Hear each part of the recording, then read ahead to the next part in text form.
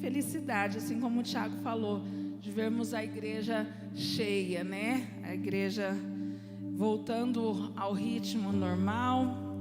Graças a Deus, em nome de Jesus, logo vai estar lotada de novo, como era antes da pandemia, né? E tem alguém nos visitando hoje pela primeira vez aqui? Tem? Sejam bem-vindos em nome de Jesus. Como os pastores dizem, essa é a casa do Pai, essa é a casa de vocês. Essa é a casa onde eu estou já há 9 anos, eu e a minha filha. A casa que amamos, não só a casa, mas as pessoas. Uma casa onde eu vim me juntar a essas pessoas imperfeitas que amam, adoram e servem um Deus perfeito. Sejam bem-vindos e voltem mais vezes. Amém? A palavra de hoje, eu dei um tema para ela, se ela pudesse ter um nome, seria Cumpramos o Novo Mandamento. Essa palavra Deus me trouxe ao coração, na realidade, a princípio, para o estudo de quarta que nós temos aqui dos evangelhos, né? E durante um dos estudos, eu falei, gente, essa palavra ela precisava ser ouvida por toda a igreja. Infelizmente, não só pela meia dúzia que estavam reunidos naquele dia. Temos um número um pouco maior, mas que lindo seria se toda a igreja estivesse aqui às quartas-feiras. Não só aqui comigo, mas na escola de crescimento também. Temos uma turma de escola de crescimento que começou há pouco tempo, logo depois do encontro. Temos a outra turma de escola de crescimento, que nós já estamos um pouco mais avançados, mas estamos todos ali, estudando e buscando a palavra de Deus. E num desses dias, falei, não, essa palavra era necessária partilhar com todos da igreja, com a igreja toda. Muitas pessoas acreditam, irmãos, que a igreja de Cristo, como a gente vê hoje, ela foi fundada, ela começou a partir de Pentecostes, quando o poder do Espírito veio sobre aqueles discípulos que estavam ali reunindo e buscando, mas a partir daí eles foram, cumprir a grande comissão que foi dada para eles. Na realidade, a igreja de Cristo, ela se inicia quando se inicia o ministério de Jesus Cristo. Quando Jesus, na realidade, ele começa a caminhar por diversos lugares, quando ele começa a agregar seus discípulos, a operar milagres de cura, de libertação, quando Jesus ali começa a proporcionar para essas pessoas que vão passando por ele, não só a cura, a libertação, o pão que faltava naquela época, mas ele também agora começa a mostrar para essas pessoas uma nova forma de viver a fé. Porque até então eles conheciam a forma de fé que era uma forma que segregava pessoas, uma religião que era para poucos, cheia de hipocrisias, mas Jesus proporciona a partir da sua vida e do começo do seu ministério uma nova forma de viver essa fé, uma fé agora pela graça, uma fé agora para todos e uma fé que ia abolir a partir de então aquele modelo de religiosidade que eles viviam até aquele momento. Ali se inicia então a igreja de Jesus, que depois da sua morte na cruz, a sua ressurreição, o que aconteceu? Ela avançou, ela cresceu, ela prevaleceu e ela permanece até os dias de hoje, amém? Graças a tudo aquilo que foi começado naquele tempo e que já era propósito de Deus desde o início, nós estamos aqui hoje podendo adorar o Senhor com louvores, podendo ouvir da palavra dele, da sua revelação para nós e podendo ser igreja. Nós vamos ver nessa palavra que a gente vai ler hoje, nesses versículos que vamos ler hoje, que lá na igreja primitiva, após a morte de Jesus, a sua ressurreição e a volta aos céus, quando foi fundada, depois de Atos, que os discípulos foram fundando igrejas e disseminando tudo aquilo que foi ensinado por Jesus a eles, que a gente chama de igreja primitiva. Tudo que a gente vai ler hoje, que foi ensinado para eles, ordenado por Jesus a eles, funcionava perfeitamente. Assim como uma engrenagem de uma máquina ou de um carro, o carro ele é feito à base de uma engrenagem, né? Tudo funcionava perfeitamente na igreja primitiva. Estava até então tudo rodando assim perfeitamente. Eu gostaria que os irmãos abrissem a Bíblia em Atos 2, a partir do verso 42.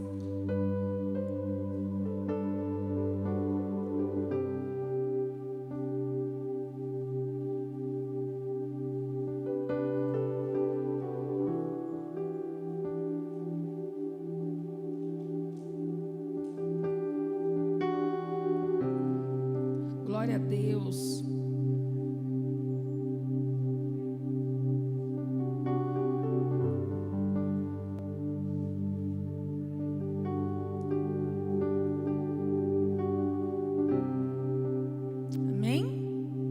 Atos 2, 42. Eu trouxe meu celular para ler hoje, porque eu quero ler numa versão, mas depois eu quero trabalhar numa outra versão. Aí não dava para ficar igual no estudo, né? Que a gente traz uma montoeira de coisa para a gente trabalhar aqui. Aí, a partir do versículo 42, a palavra nos diz: e perseveraram na doutrina dos apóstolos, e na comunhão, e no partir do pão, e nas orações. Em cada alma havia temor, e muitas maravilhas e sinais se faziam pelos apóstolos. Todos os que criam estavam juntos e tinham tudo em comum. Vendiam suas propriedades e fazendas e repartiam com todos, segundo cada um tinha necessidade. E perseverando unânimes, todos os dias no templo e partindo o pão em casa, comiam juntos com alegria e singeleza de coração, louvando a Deus e caindo na graça de todo o povo. E todos os dias acrescentava o Senhor à igreja aqueles que se haviam de salvar. A igreja primitiva funcionava direitinho e todos os dias aumentava o número daquela igreja. Aquela igreja crescia e a gente via por que aquela igreja crescia, porque ela funcionava direito. Obrigada, Raquel. A gente viu nesses poucos versículos um modelo de igreja que funcionava direitinho. Aqui fazia pouco tempo, algum pouco de tempo que Jesus tinha voltado aos céus. E se você continuar lendo a sua Bíblia, fazendo um plano de leitura e seguindo e lendo, você vai ver que os próximos livros, as cartas, a gente já vê que essa igreja já não estava funcionando, esse formato já não estava funcionando tão direitinho. Eu não sei se por mais tempo, o tempo vai passando, a gente vai esquecendo, vai relaxando, né? Às vezes a gente começa a fazer uma coisa, no começo a gente faz direitinho. De repente a gente já se acha muito autossuficiente, muito bem acostumado, eu faço e vai esculachando, vai relaxando. A gente vai vendo que, por exemplo, na carta de Paulo aos Coríntios, ele chama muito a atenção daquele povo pelas igrejas que ele ia plantando, vamos dizer assim. Paulo já estava inserido, já tinha passado um tempo, e ele vai escrevendo essas cartas para exortar, para corrigir, para fazer ajustes. A igreja de Corinto, ela sofria, por exemplo, de divisões. Um queria gostar mais de um pastor, outro queria gostar mais de outro. Eu vou no dia que for só o pastor Mário que prega. Se for o pastor Marco, eu não quero. Se for a Aline, então menos ainda. Se eu souber que a Aline é aí, que eu não vou. Então tinha divisões nesse tipo. Meu líder é melhor do que o seu líder. Tinha também problemas doutrinários. Eles ainda não assimilavam a graça como era. Alguns acreditavam na ressurreição dos mortos, outros não. Havia também problemas morais muito sérios, que nessa parte de Atos que a gente lê, a gente não consegue identificar. Parece que é a igreja perfeita. Então Paulo, durante as cartas dele a todas as outras igrejas e aos outros discípulos dele que tomavam conta de igrejas, ele sempre traz direcionamentos e exortações. Porque a igreja, como uma máquina, como um carro, um mecanismo, uma engrenagem, ela também precisa de tempo em tempo de ajustes e correções para que ela volte a funcionar bem. Era isso que Paulo fazia nas cartas dele. Com amor, Paulo puxava a rédea daquele povo todo. E olha que ele cuidava de muita gente. Às vezes ele estava cuidando de dentro da prisão, mas ele não deixava o povo distante. Ele não deixava de, por amor e em amor, corrigi-los. Paulo fazia desta forma para que esses ajustes e essas revisões permitissem que a igreja prevalecesse e chegasse até nós. Imagine nós hoje, depois de tantos mil anos, se não passarmos frequentemente por ajustes e correções para voltarmos a ser voltarmos a ver essa visão dessa leitura que a gente viu hoje, se a gente não se perde como igreja. E essa palavra hoje, irmãos, é para nós, para aqueles que já são igreja, para aqueles que estão começando a ser igreja e para aqueles que às vezes em casa ou aqui serão igreja conosco e com Cristo. Amém? Através desse texto que a gente leu hoje, a gente vai se analisar. Nós mesmos vamos fazer essa revisão em nós. De que igreja temos sido? E qual igreja nós precisamos ser? Amém? Agora eu vou seguir a leitura aqui nessa outra Bíblia que eu estou, para você, porque eu gostei da versão dela também. Versículo por versículo a gente vai vendo nela. A primeira coisa que nós precisamos aprender e precisamos nos rever é se estamos perseverando naquilo que vale a pena. Vamos ler os versículos 42 e 43 aí de Atos.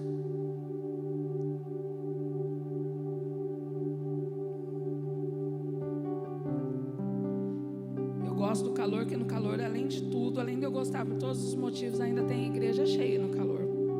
Quando esfria, a igreja não está cheia. Amém? Naquele dia, cerca de 3.000 pessoas foram convencidas por aquela palavra, batizadas e arroladas. Acho que eu peguei do 1. Essa Bíblia aqui, ela junta uns versículos. Elas passaram, aí agora é o 42.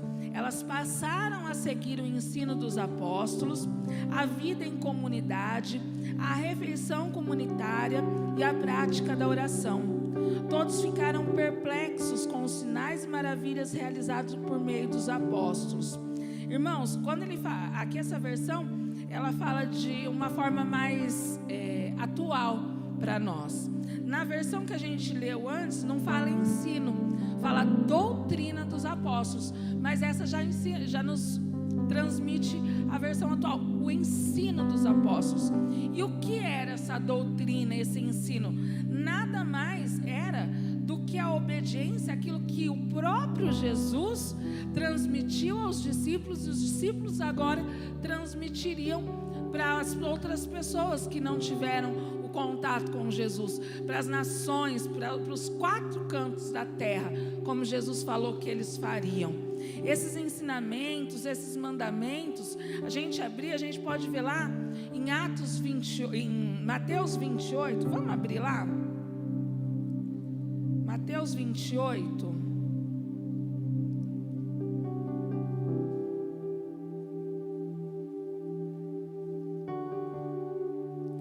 Mateus 28, na parte A do versículo 20.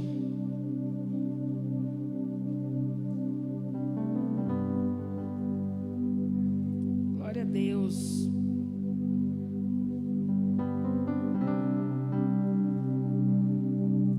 Amém? Vocês devem ensiná-los a praticar tudo o que tenho ordenado a vocês. Então eles não estavam, a doutrina dos discípulos, o ensinamento dos apóstolos, não era nada deles, era daquilo que Jesus tinha deixado para eles. No estudo de quarta a gente está nessa parte, onde Jesus já meio que se despedindo, já vai falando para eles: olha, tudo que é meu e tudo que eu ensinei daqui para frente vai ser vocês. Então os discípulos estavam ensinando tudo aquilo, ensinando a obedecer o que o próprio Jesus ordenou. Um pouco, a gente está vendo hoje em dia, infelizmente, as igrejas que não seguem a doutrina dos apóstolos. Igrejas que não são bíblicas, igrejas que decidem ao seu bel prazer interpretar aquilo que Jesus deixou da forma que querem, e deixando assim para trás a doutrina dos apóstolos. Começa aí a já não mais funcionar direito essa engrenagem. Quando a gente deixa de lado a verdade da palavra de Deus, a engrenagem já começa a dar problema. A engrenagem começa a dar problema porque a gente começa a viver de uma forma onde é falado assim: olha, mas não precisa ser tão crente assim, como eu ouvi uma amiga falando esses dias de um testemunho de uma pessoa. Não precisa ser tão crente assim. A gente começa a deixar a doutrina dos apóstolos de lado quando a gente fala assim: olha, qual o problema se eu fizer, ou se o meu filho fizer, ou participar? Todo mundo está participando. É uma coisa, não tem nada a ver. Pastor Mário sempre fala isso. Sabe o que é esse não tem nada a ver? Esse só um pouquinho? Esse não precisa ser tão crente assim? É aquele pouquinho de fermento que a Bíblia fala que levada toda a massa. Quem faz pão, quem faz massa, vai saber dizer. Se você colocar um pouquinho de fermento só num lado da massa, vai permanecer só naquele lado, ou pega a massa toda? Pega a massa toda. Assim como um ditado popular diz, né? Que uma fruta podre estraga toda a caixa. Então esse pouquinho que a gente abre mão da palavra, a gente faz a engrenagem de uma igreja toda parar de funcionar. E por quê? Porque nós somos, cada um de nós, parte dessa igreja. Só que a gente vê não só pessoas hoje em dia decidindo tomar para si uma verdade dela e viver a Bíblia e a palavra de Deus e o cristianismo como quer. Nós vemos igrejas vivendo dessa forma, líderes e pastores dizendo que a Bíblia precisa ser atualizada, algo que o próprio Deus revelou e deixou para nós como eterno e como constante. Não muda, vai ser sempre daquela forma. Um pouco de fermento leveda toda a massa. As meninas na cela até falam para mim que guardam isso, que eu falo, eu não vou querer fazer a minha fé e a minha vida e a forma como eu vivo descer goela abaixo das pessoas que não querem. Mas eu sou radical com a minha vida e com a vida da minha filha enquanto eu tiver domínio sobre ela. Precisamos ser assim. Levar a Bíblia ao pé da letra? Sim, para que a engrenagem volte a rodar da forma correta. Nesse mesmo versículo fala na comunhão, no partir do pão e nas orações. Aqui o Senhor nos fala sobre o valor que nós damos, que valor temos dado sobre ser uma família espiritual. Está falando sobre comunhão, sobre estarmos juntos, sobre valorizarmos a vida dos nossos irmãos na fé, sobre o quanto é bom.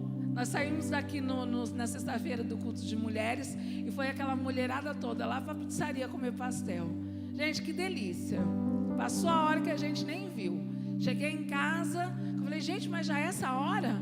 Porque você conversa. Aqui no culto, ainda mais agora, depois da pandemia, a gente não consegue ficar batendo muito papo.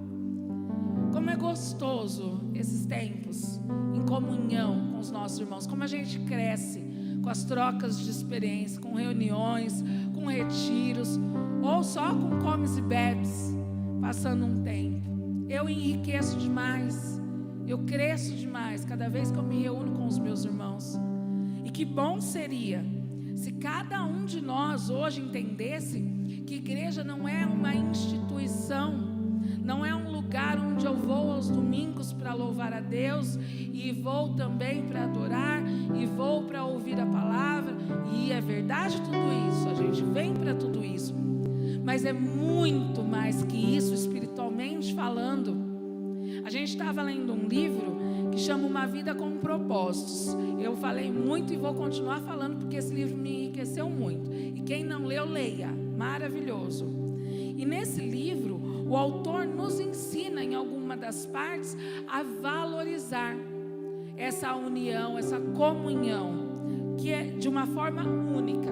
Eu vou ler para vocês o que ele fala em um trecho. Eu somei aqui 2 trechos, mas ficou pequenininho, mas eu vou ler para vocês. Se somos filhos de Deus através de um novo nascimento, somos a mesma família. É correto? Todo mundo nasceu de novo aqui? Amém? Somos uma família. Glória a Deus por cada um de vocês, que são minha família.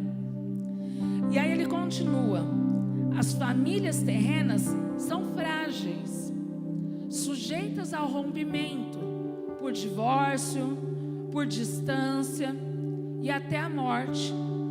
Já a família espiritual é para toda a eternidade, é um laço permanente, é uma união mais forte que os parentes de sangue. Olha como é forte. A união com os meus irmãos aqui na igreja, com cada um de vocês, é mais forte até do que da minha própria família. A gente não sabe a que momento essa família se rompe, ou qual é a distância que nos impede de sermos família mesmo com aqueles que são de sangue. Hoje eu estou muito feliz, porque a minha tia madrinha, depois de 2 anos sem a gente se ver, ela está em casa, chegou hoje.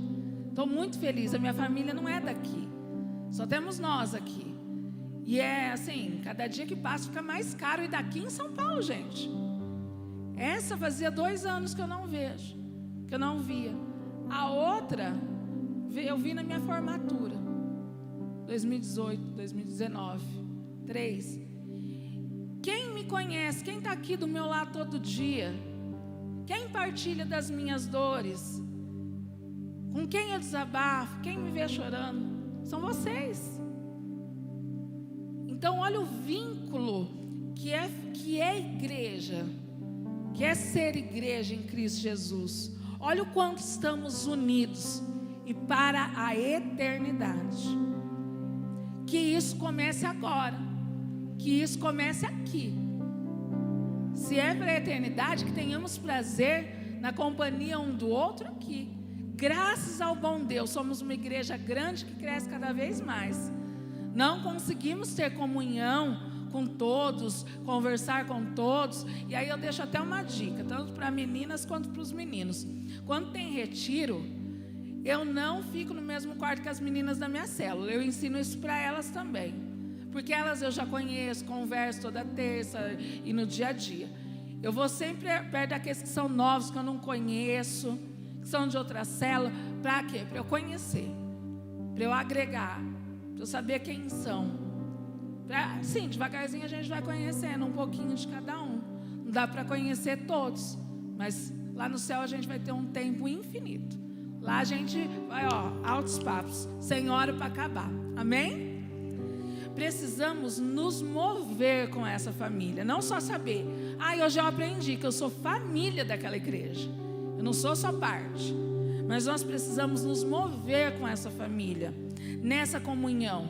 De que forma? Valorizando os momentos que estamos juntos. E aí o pastor Mário já deixou um spoiler do que eu ia falar. Não negligenciando os momentos de ceia, porque ele fala do partir do pão, e o partir do pão ele está falando da ceia. Não negligenciando, não podemos negligenciar.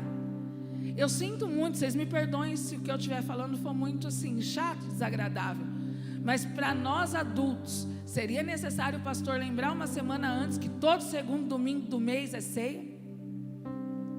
Seria necessário? Para nós adultos, é necessário para as crianças. E olha lá, porque a Tia Aline manda o link, já está todo mundo entrando, né, Tia Aline? Está todo mundo lá, no aguardo da EBD. No aguardo. Não podemos negligenciar esse momento, porque, como o pastor falou, é um momento de lembrança, é um memorial Mas não é um memorial que foi feito para cada um fazer sozinho no seu canto. É um memorial para a igreja como família. É um memorial para ser exercido em comunhão, todos juntos. Eu amava quando tinha aqueles momentos, né, de ir trocar. Agora com a pandemia, parece que nós éramos de uma outra era, quando lembra, né? Quem não estava aqui ainda, no dia de ceia, às vezes o pastor, para motivar essa comunhão, a gente trocava o nosso copinho de suco um com o outro. Eu nada estava nada, derrubava com o suquinho nas pessoas, mas os irmãos amam e perdoam, amém? Era muito legal. E em nome de Jesus, uma hora a gente consegue voltar assim também, tá? Outra coisa que a gente precisa na nossa família da fé é exercermos a oração uns pelos outros. E não orar somente por aquilo que o irmão está enfrentando, aquilo que ele está vivendo. Isso é importantíssimo. A oração em comunhão aqui na igreja, então, o que tem sido feito e o que a gente tem presenciado aqui, tem sido maravilhoso as segundas-feiras. Como diz o pastor Marco, onde está você e a sua família que não está aqui, de segunda? É lógico, eu sempre falo isso e reforço. Vai ter momentos que a gente não vai conseguir estar, mas que sejam momentos, nas outras segundas todas a gente esteja, amém? E essa oração, o pastor Mário sempre fala, e eu gosto da forma que ele traz, é o orar com ação. Ore, clame ao Senhor, interceda, mas se interesse pelo problema do outro. Queira saber, olha irmão, você partilhou aquilo, você pediu oração, está tudo bem, como anda? Resolveu? Não resolveu? O que você tem? O que você está passando? Tenha interesse pelo problema do outro. Se abra, você que é fechado. Deixe as pessoas se aproximar e cuidarem de você. Tem pessoas que não sabem ser cuidadas, que não aprenderam, que não sentem à vontade. Mas essa é a tua família, essa é a tua igreja. Ninguém vai saber se você está passando um problema se você não se abrir. Ninguém vai adivinhar. Às vezes a pessoa até pergunta, mas a outra fala assim, olha, tá tudo bem. Não tem nada não. Eu não sei, né? Às vezes a pessoa não consegue. Quando a gente era do mundo, e as pessoas do mundo, e que em nome de Jesus na igreja não tem, a gente cuidava da vida do outro com fofoca. Aí a gente queria saber da vida do outro, do problema do outro, mas para que só fosse saciada a nossa curiosidade humana. Hoje você é crente, você é cristão. O problema do outro agora é que tem que te interessar. Mas para você cuidar, para que você seja líder sobre a vida dessa pessoa. Deus tem chamado líderes para esse tempo. A igreja está crescendo e vai crescer a cada dia mais. Tenha disposição para cuidar de vidas. Esses dias eu ouvi que não adianta nada cantarmos louvores, exaltando a comunhão da igreja, que somos corpo, se a gente não quer ter trabalho de cuidar de vidas. Cuidar de vidas dá trabalho. Mas Deus não nos deu um trabalho que Ele não estivesse conosco. E nem nos chamou para sermos preguiçosos espirituais. Nos chamou para estar ali, exercendo o grande chamado. Amém? E quando eu digo que nós precisamos perseverar naquilo que vale a pena, é por quê? Porque muitas vezes a gente vem para Cristo, a gente se batiza, a gente faz parte da igreja, mas nós continuamos perseverando nas antigas situações das nossas vidas. Nós achamos muito difícil perseverar em permanecer em Cristo, em obedecer a sua palavra, em ser constantes e permanentes. Mas a gente não liga de perseverar sendo a velha criatura egoísta, egocêntrica e indiferente. O crente não pode ser indiferente. A pastora Milena falou aqui no culto de mulheres no Mergulhar. O crente precisa se importar com o outro. O crente precisa cuidar do outro. O crente precisa deixar para trás o olhar só para si, para os seus problemas, para a sua dificuldade. Nós precisamos olhar mais para o outro. Amém? Outra coisa que nós precisamos aprender para ajustarmos os mecanismos da nossa igreja, a nossa engrenagem, aliás, os nossos mecanismos como igreja. Nós precisamos ser ali no versículo 44, olha como fala a minha versão. Os crentes viviam numa harmonia maravilhosa. Olha isso, numa harmonia maravilhosa. Deixa eu achar aqui onde que eu parei. E tinham tudo em comum. Olha isso, viviam em uma harmonia maravilhosa. A gente está vendo nesse versículo o autor falar sobre unidade, não somente união, mas unidade. E uma unidade que só era possível e que só é possível para os que criam.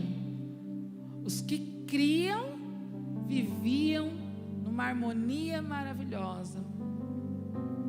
Nós precisamos estar reunidos e sermos igreja, não somente acreditando em Deus e acreditando que precisamos estar inseridos em uma igreja, mas se entregando. A gente tem aprendido lendo nos estudos que esse crer, essa palavra crer não é apenas acreditar, é confiar ao ponto de se jogar, sabendo que tem alguém para te segurar, e esse alguém é Jesus. Nós precisamos estar entregues completamente a uma vida em família, crendo em Jesus, todos no mesmo propósito. Crendo de que forma? Na palavra, obedecendo, sem reservas, sem descrença. E sem descrença, inclusive, não só descrença com a palavra. Você vai falar para mim, Aline, mas eu creio na palavra, eu obedeço a palavra. Mas é a descrença na igreja. Eu também já passei por momentos onde eu desacreditei da igreja. Eu estava, né? Não era quando eu estava desviada, não, era dentro dela. Às vezes a gente está descrente dentro da igreja. E aí eu falo da importância de, nos momentos de crise e dificuldade, nós procurarmos os nossos líderes e pastores para dizer assim: eu estou me sentindo assim, assim, assado. Estou me sentindo descrente de certas situações dentro da igreja. Aí o pastor, a pastora me mostraram na palavra: mas o que você está falando, que você está descrente, olha o que a palavra diz. Aí você fala: opa, peraí, deixa eu voltar. A gente, na descrença, a gente não consegue permanecer numa união maravilhosa, numa harmonia maravilhosa. A gente começa a se isolar, ou então a gente vai formando movimentos que, através dessa pandemia, vieram a crescer ainda mais. Os movimentos de que eu vou ser igreja em casa mesmo. O movimento do que é igreja online, ou dos desigrejados, que além de não querer ir para a igreja, ainda denigre a instituição igreja. Através dessas frustrações que a gente vive, que aí a gente vai desacreditando da igreja. E eu vou falar para vocês, as pessoas falam: eu busco a Deus na minha casa e etc. E infelizmente, eu já dei essa notícia várias vezes e eu vou dar de novo. Igreja é feita de pessoas, e pessoas são frustrantes, são decepcionantes mesmo. E me perdoe quem eu decepcionei, e já peço perdão pelo que eu ainda vou decepcionar. Somos. E aí? No seu serviço ninguém te decepciona, e você segue ali. E por que da igreja, na primeira decepção, na primeira situação, em vez de resolver, as pessoas saem? E sinto te informar, não é só aqui não, viu?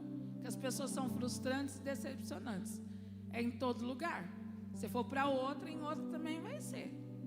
Você vai encontrar o mesmo tipo de gente. O ser humano é assim mesmo, viu? Aprenda a conviver com o ser humano. E a palavra, ela é muito clara para a gente. Porque ela fala que os que creem estão juntos, ou ela fala que os que creem estão cada um na sua casa. Ela fala que os que creem estão juntos. Que bom estarmos juntos aqui. Os que creem. Que bom perseverarmos. Que bom não termos permitido que cada uma das coisinhas que às vezes aconteceu nas nossas vidas nos tirassem da onde Deus quer que nós estejamos, que é aqui, dentro da igreja, como um corpo. Amém? É tempo de estarmos todos aqui reunidos. Chega de desculpa da pandemia. Eu não vou por causa da pandemia, não vou por causa da pandemia. Irmãos, na hora que acabar a pandemia, pode ter certeza que vai ter algum outro motivo para você não estar aqui. Você que está em casa, espero que seja o pessoal de outras cidades. Se é daqui, espero ver você aqui na semana que vem conosco. Amém? E quando ele fala, e tendo tudo em comum, ele fala sobre sermos todos iguais, réplicas, robozinhos, clones? Jamais. Deus nos ama justamente porque somos únicos, e foi Ele que nos fez únicos. Ele não fala de sermos todos iguais, mas ele fala de como igreja termos um padrão, sermos um padrão. E esse padrão não é como eu falei, ser todos iguais, tudo de, os robozinhos ali em linha de produção, não é isso. Quando ele fala que todos iguais, ele diz que a igreja precisa transparecer um mesmo tipo de ser humano, ter um mesmo tipo alguns tipos de características. E eu escrevi algumas aqui porque seriam infinitas. O crente, aqui na igreja todo mundo é crente. Se entrar alguém ali, dificilmente vai falar assim, não, alguém aqui não é crente. Todo mundo é crente aqui dentro. Mas o crente, ele precisa ter ser comum, ser padrão, depois que deixou esse portão para fora. O crente, ele precisa ser honesto. Não tem como a gente carregar o nome de Deus, porque o crente, ele não carrega somente o nome da fonte de vida, o que já seria importantíssimo, porque eu não posso ser uma pessoa fora de um padrão cristão e contaminar a vida da Lourdes, a vida do Dr. Carlos. Eu não posso. Eu tenho que lembrar que as minhas atitudes não falam só por mim. Falam pela Karina, falam pela Aline, falam pela Paula, falam por todos nós. Nós somos um, lembra? Então nós precisamos ser honestos. Por onde passarmos, deixarmos bom testemunho de pessoas honestas. Precisamos ser fiéis, testemunho de fidelidade no seu casamento, nas suas amizades. Precisamos, como igreja, ser alegres, felizes. Falamos disso na quarta-feira. As pessoas que vivem em Jesus, elas são alegres, e uma alegria que não tem o que tira. Não dá para ser crente emburrado. Não dá para eu chegar no meu serviço e a pessoa falar, bom dia, Aline, eu falar, só se for para você, Não dá. Não dá para eu ser amargo, porque Deus, Ele traz doçura para as nossas vidas. Este deveria ser o padrão do crente.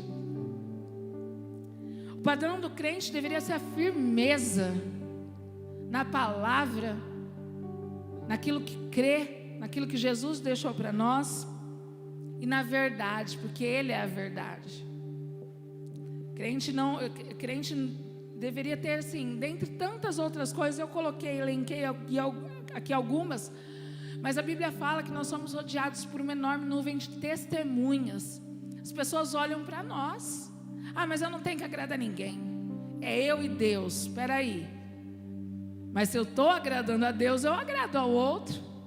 A palavra diz que tudo que eu faço é para eu fazer como se fosse ao Senhor. Então, se sou eu e Deus, mais um motivo para eu ser um exemplo, para eu ser um padrão. Perfeito? Não, padrão. E são coisas aqui que a gente não vê como uma pequena queda aconteceu. Aqui, se a gente não cumpre, a gente está com desvio no nosso caráter. Se não somos honestos, por onde a gente passa, peraí, ninguém viu. Se por onde a gente passa, a gente deixa um rastro de mentira, um rastro de soberba, um rastro amargo. Nós falamos aqui no Mergulhar, as pessoas gostam de estar perto da gente.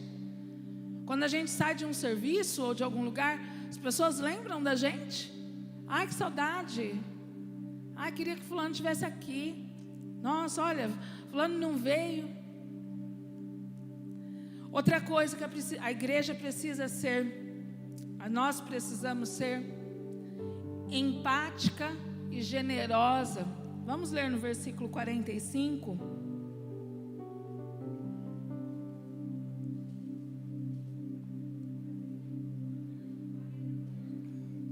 Amém? Vendiam o que possuíam e deixavam os recursos à disposição para atender às necessidades de quem precisasse.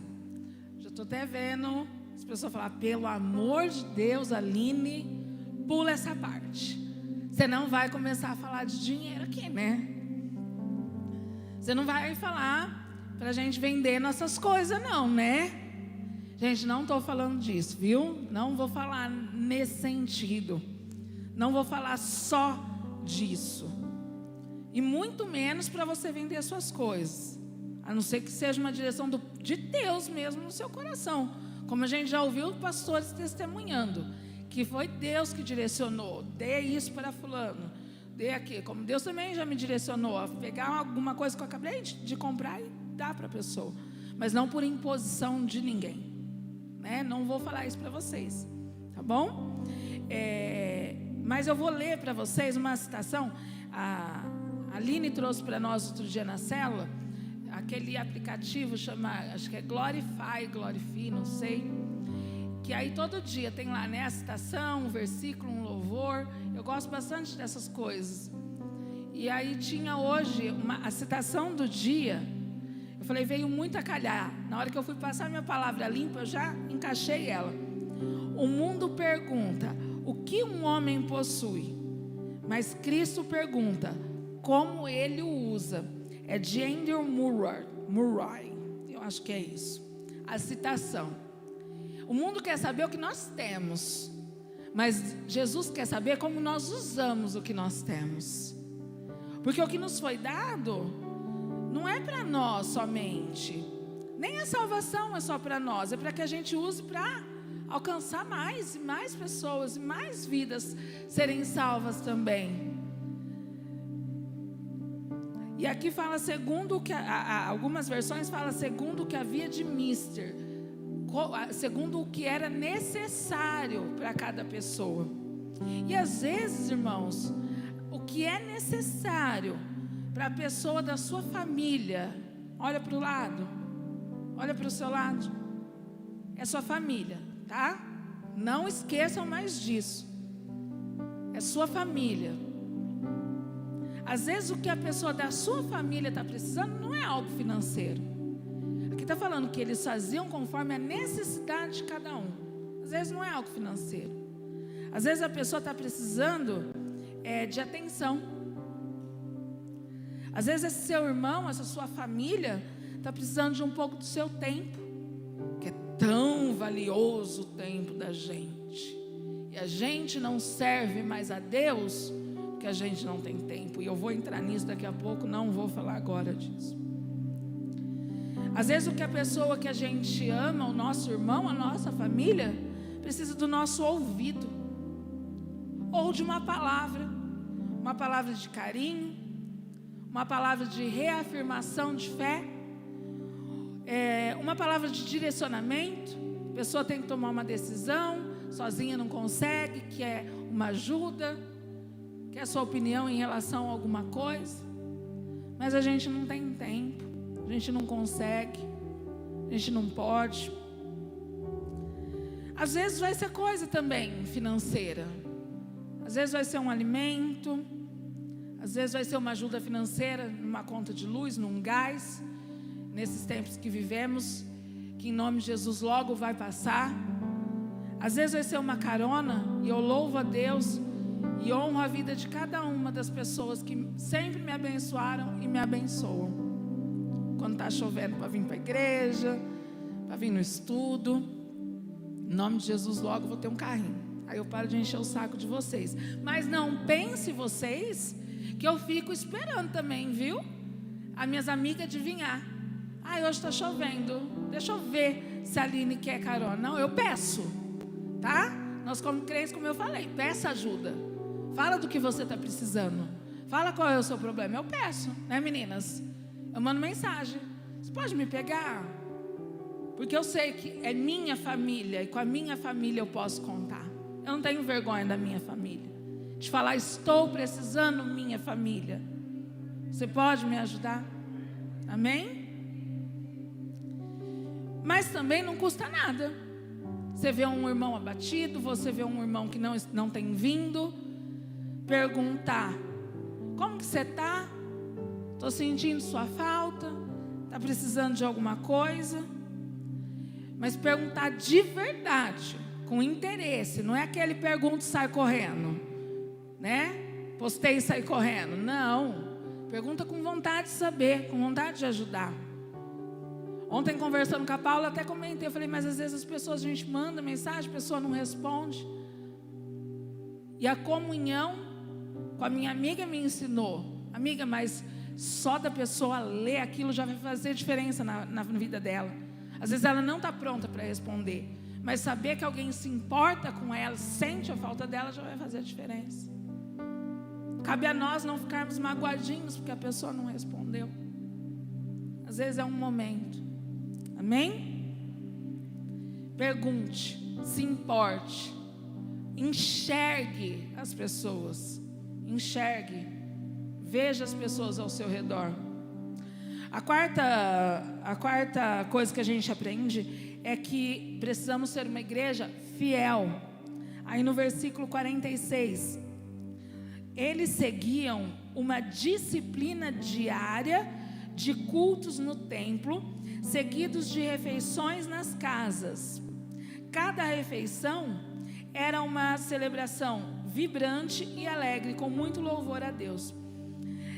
Quando fala assim de disciplina, gente, eu amei essa versão.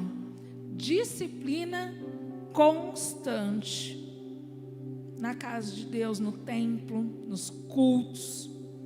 Como está a nossa disciplina em relação àquilo que a tua igreja tem de programação? Como o pastor falou, reforçou. Segunda tem oração, terça tem célula, algumas na quinta, na quarta tem os estudos, na sexta alguns estão comigo lá na escola de crescimento online, sábado tem o ano, domingo nós temos culto, de manhã as crianças têm a EBD. Como está a sua disciplina no templo? E aí que eu falo, né? E quando ele fala de repartindo o pão nas casas e louvando, nada mais é do que as nossas células, onde nas casas nos reunimos, repartimos pão, louvamos, adoramos, aprendemos. As igrejas lá atrás começaram dessa forma, não só no templo, mas nas casas. A tendência é que termine assim também. E aí que eu falo do tempo, né? Que a gente fala do nosso tão precioso tempo, que a gente tem tão escassamente. E aí eu vou fazer uma pergunta para vocês, ou um comentário. Avá, tá sem tempo mesmo? Avá. Todo mundo não tem tempo hoje. Exceção é quem tem. Exceção é quem tem o tempo. Porque nem quando eu estou de férias na minha casa não tem tempo. É uma loucura, gente, não sei o que acontece. E quanto mais o tempo passa, menos coisa eu consigo fazer com o meu tempo. E se a gente for perguntar aqui, for passar o microfone e passar para cada um, está todo mundo na mesma situação. Mas não pode ser desculpa. As mesmas 24 horas que Deus dá para um, Deus dá para outro. E a gente precisa usar o nosso tempo com as coisas de Deus. Porque se a gente não está usando nosso tempo com as coisas de Deus, com certeza a gente vai estar usando tempo com as coisas do mundo. O que não serve vai estar entrando na nossa mente. Então sejamos mais fiéis àquilo que a sua igreja te oferece. Sejamos fiéis aos nossos líderes que preparam a liderança. Você não pega um papel, chega lá e lê.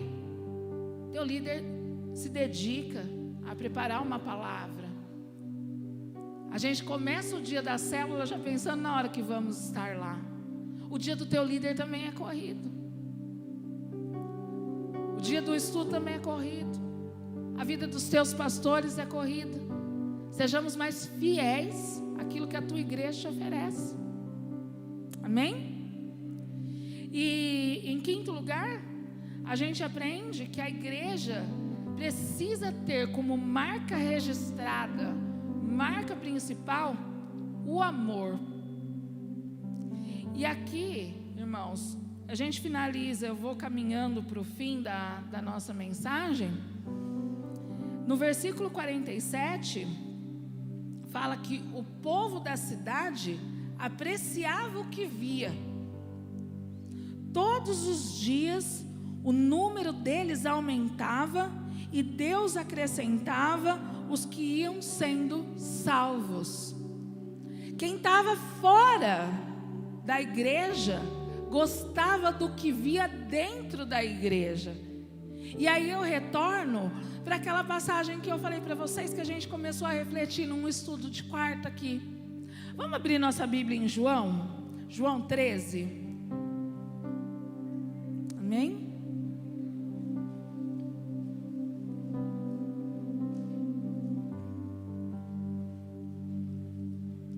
Tiago, estou terminando, tá? Glória a Deus. 13 nos versículos 34 e 35.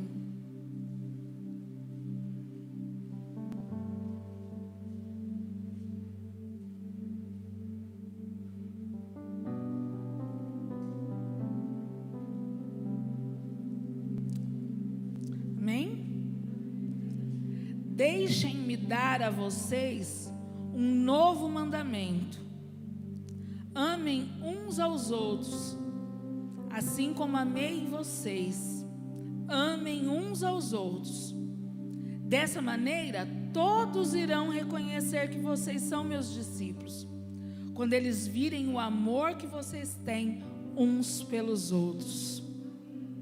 Aqui Jesus estava já direcionando eles.